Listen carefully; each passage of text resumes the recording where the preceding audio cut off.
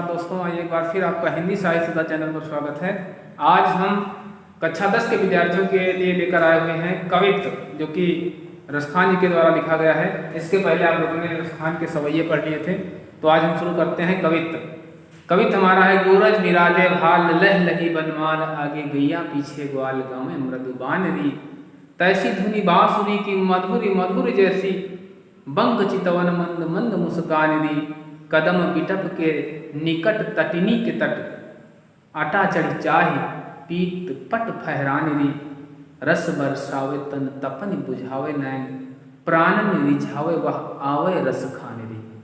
तो प्यारे विद्यार्थियों, हम चलते हैं व्याख्या भाग की ओर। संदर्भ की बात करते हैं तो संदर्भ आप लिख सकते हैं इसका।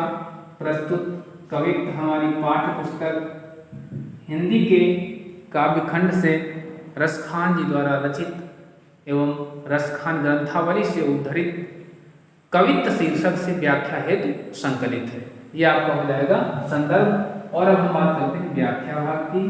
तो व्याख्या को हम समझ लेते हैं, क्योंकि व्याख्या आप अगर समझ लेंगे तो आपको संदर्भ भी आसान हो जाएगा। व्याख्या आप समझ लेंगे तो आपकी काव्यगत विशेषताएं भी आसान हो जाएंगी। तो बात करते हैं संदर्भ के बाद। प्रसंग आप लोगों को लिखना नहीं होता है, लेकिन प्रसंग आप समझ लेंगे। तो यह जो कवित्त दिया गया है, यह भगवान श्री कृष्ण जी जब वन से गायों को चरा कर लौट रहे हैं, सायंकाल का समय है, आगे आगे गायें चल रही हैं, पीछे से कन्हैया के साथ साथ ग्वाल बाल गैया को हाँकते हुए धूल को अपने ऊपर ओढ़ते हुए चले आ रहे हैं। उस समय का प्रसंग है। तो एक सखी जो दूर से ही देखती है कि श्याम अपने ग्वाल बालों के साथ गाय चराकर वापस आ रहे हैं, वो अपनी दूसरी सखी से अर्थात एक गोपिका दूसरी गोपिका से कहती है, क्या कहती है? गोरज विराजे भाल। गोरज, गो का अर्थ होता है गाय, रज का अर्थ होता है धूल। अर्थात जब आगे आगे गायें चलती हैं तो पीछे से धूल उड़ती है, तो वह धूल किसके भाल में होता? मस्तक। वह मस्तक के ऊपर क्या है? गायों के द्वारा उड़ाई गई धूल सुशोभित है। और लह लही बनमाल, गले में वनमाल, वनमाल माने वन के मोतियों की माला अर्थात वैजंती की माला धारण किए हुए हैं। आगे गैया पीछे ग्वाल, आगे आगे गायें आ रही हैं और पीछे पीछे ग्वाल बालों के संग कन्हैया आ रहे हैं। और क्या कर रहे हैं? गावें मृदु बानी, मृदु माने मधुर, बानी माने बानी में या वाणी में, गावें माने गा रहे हैं।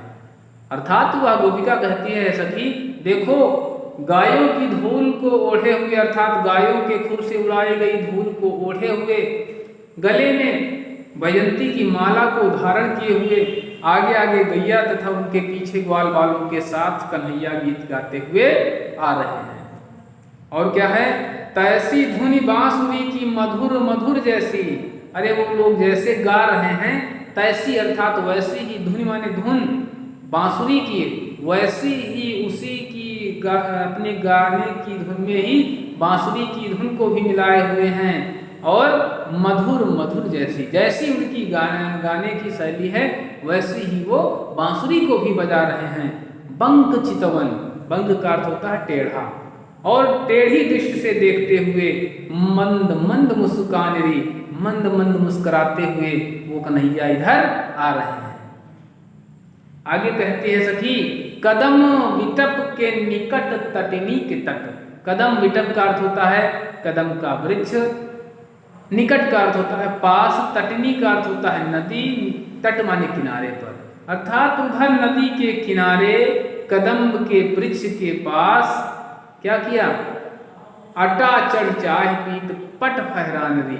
ये सखी अटा अर्थात अटारी पर चढ़कर देखो, पीत पट फहरान री, उनका पीला वस्त्र फहरा रहा है। अर्थात जो पीला वस्त्र धारण किए हुए हैं वो उनका पीला वस्त्र उड़ रहा है।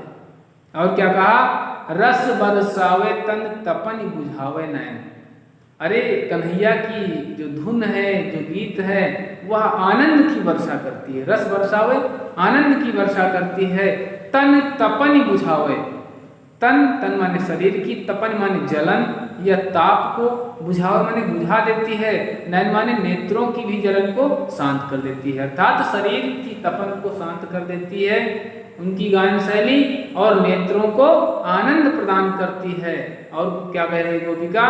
प्राणन रिझावे वह आवे रस खान री, और वो प्राणों को रिझाने वाला, ये सखी जो हमारे प्राणों को रिझाता है, जो हमारे मन को, हमारे प्राणों को अच्छा लगता है, वह आ रहा है। तो ये रहा आपका कवित्व। एक बार पूरा अर्थ समझते हैं। गोपिका अपनी सखी से कहती है कि हे सखी, गायों की खुर के द्वारा उड़ाई गई धूल को माथे पर धारण किए हुए तथा गले में वैजंती की बनमाला को धारण किए हुए आगे आगे गाये तथा उसके पीछे ग्वाल बालों के साथ में मधुर गीतों को गाते हुए कन्हैया आ रहे हैं। ठीक उनकी गायन शैली के अनुरूप ही उनकी बांसुरी की मधुर मधुर ध्वनि सुनाई पड़ रही है और उनका तिरछी दृष्टि से देखना ही बड़ा सुंदर लग रहा है और वह मधुर मधुर मुस्करा रहे हैं। हे सखी, कदम के वृक्ष के पास नदी के किनारे अटारी पर चढ़कर देखो, उनका पीला वस्त्र फहरा रहा है। अरे उनका रूप तो आनंद की वर्षा करता है तथा शरीर के ताप को शांत कर देता है और नेत्रों को शीतलता प्रदान करता है।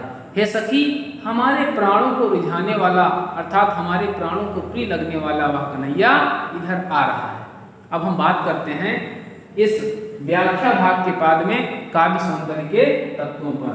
तो काव्य सौंदर्य, प्यारे बच्चों, आप सभी लोग व्याख्या भाग करने के बाद में काव्य सौंदर्य आप हेडिंग डालेंगे और इसके अंतर्गत कम से कम 3 या 4 बिंदुओं को जरूर लिखेंगे। जैसे नंबर 1 होता है भाषा, भाषा आपकी यहाँ पर ब्रज है, ठीक है। दूसरा आता है शैली, शैली यहाँ पर आपकी मुक्तक है।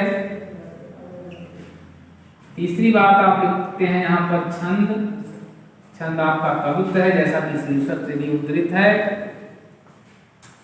और चौथी हेडिंग आपकी हो जाएगी रस, तो रस यहाँ पर आपका हो जाएगा श्रृंगार।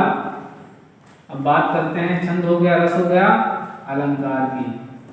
तो अलंकार योजना यहाँ पर अनुप्रास और श्लेष, ये 2 अलंकारों का सुंदर प्रयोग हुआ है। तो ये आपका रहा व्याख्या भाग। मिलते हैं नए वीडियो में नए पाठ के साथ, तब तक के लिए नमस्कार।